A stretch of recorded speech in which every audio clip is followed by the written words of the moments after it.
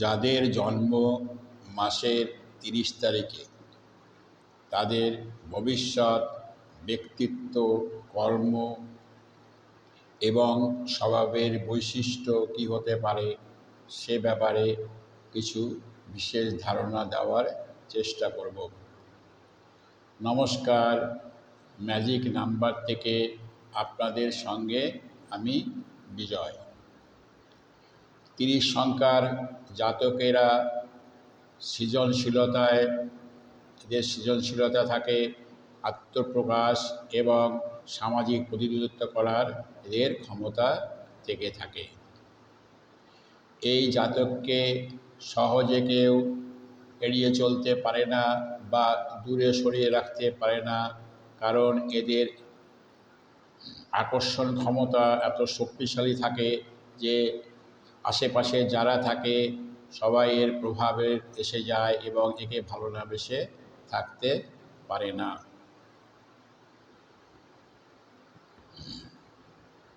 30 সংখ্যাটি হচ্ছে 3 এবং 0-এর ভাইব্রেশনের সংখ্যা, অর্থাৎ এখানে 3 হচ্ছে দেবগুরু বৃহস্পতি, যিনি আমাদের জ্ঞান দেন, প্রজ্ঞা দেন, বিবেক দেন, শিক্ষা দেন, ধার্মিকতা দেন এবং সত্যের সন্ধানের ধারণা দিয়ে থাকেন। এবং 0 হচ্ছে অনন্ত, অসীম, অজানা।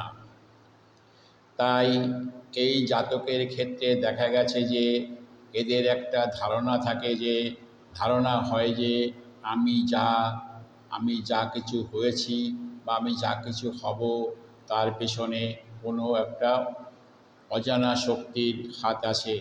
সে শক্তি অসীম ও অনন্ত এবং তার খোঁজের এরা চেষ্টা করে থাকে। এই কারণে এরা মাঝে মাঝে চুপ হয়ে যায়, মাঝে মাঝে নিজের মনেই এরা থাকতে পছন্দ করে।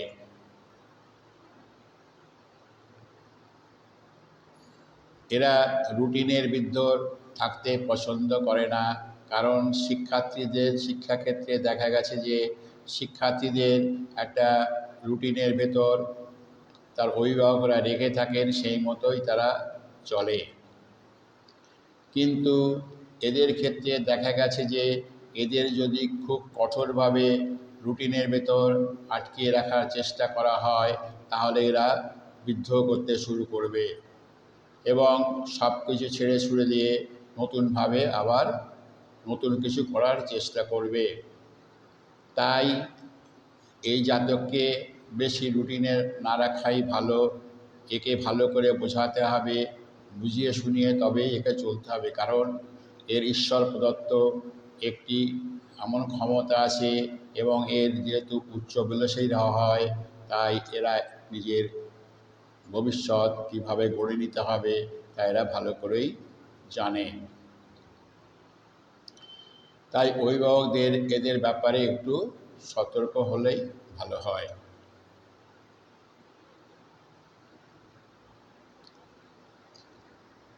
এরা খুব প্রাণচঞ্চল হয় এবং জন্ম থেকেই এরা ঈশ্বর প্রদত্ত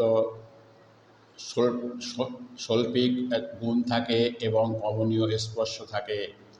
এই কারণে এরা খুব প্রাণশক্তিতে ভরপুর থাকে এবং সবসময় প্রাণ চঞ্চল থাকার কারণে আশেপাশের সবাইকে সবসময় হাসি খুশিতে ভরে রাখে। এও দেখা গেছে এরা যদি কোনো অনুষ্ঠানে যায় বা অনেক লোকের ভিতর থাকে তাহলে যে কোনো পরিবেশকে এরা সহজে হাসি খুশিতে পরিণত করার ক্ষমতা এদের থাকে।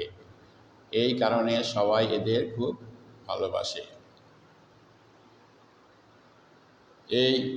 এদের শিল্পের প্রতি যেহেতু এদের শৈল্পিক গুণ আছে, তাই দেখা গেছে সঙ্গীত শিল্প বা সাহিত্যর প্রতি এদের খুব টান থাকে এবং এদের ভেতরিয়ে বেশি সময় অতিবাহিত করার চেষ্টা করে।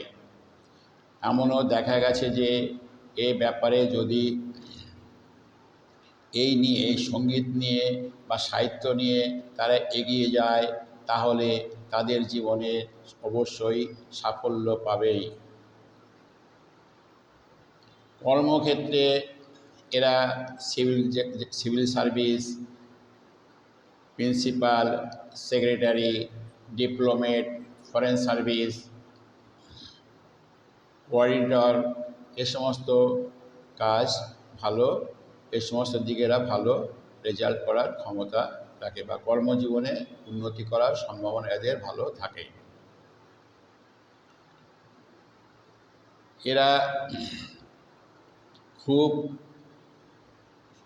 সহজ সরল হয়, সবাইকে নিঃস্বার্থভাবে ভালোবাসার চেষ্টা করে এবং এদের একটি ধারণা থাকে যে মানুষ সবাই সৎ, কেউ বিনা কারণে অসৎ হতে চায় না।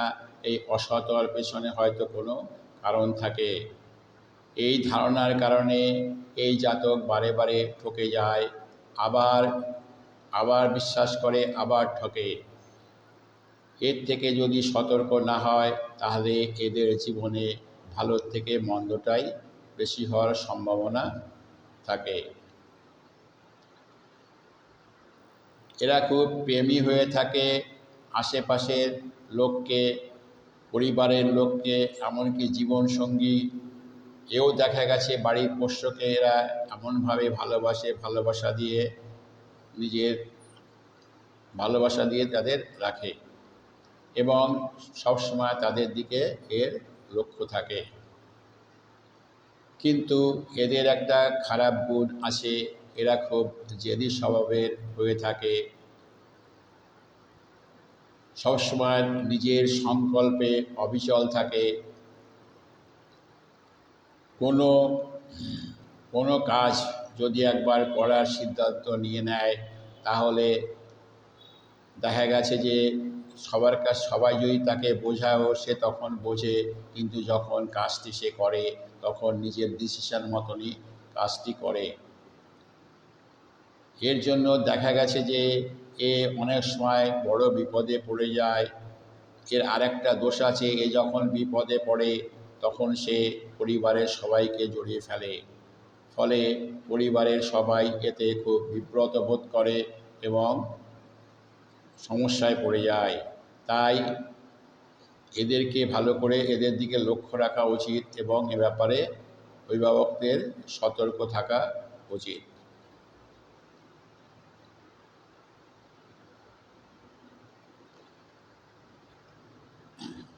ভিডিওটি ভালো লাগলে লাইক, শেয়ার ও সাবস্ক্রাইব করবেন। অবশ্যই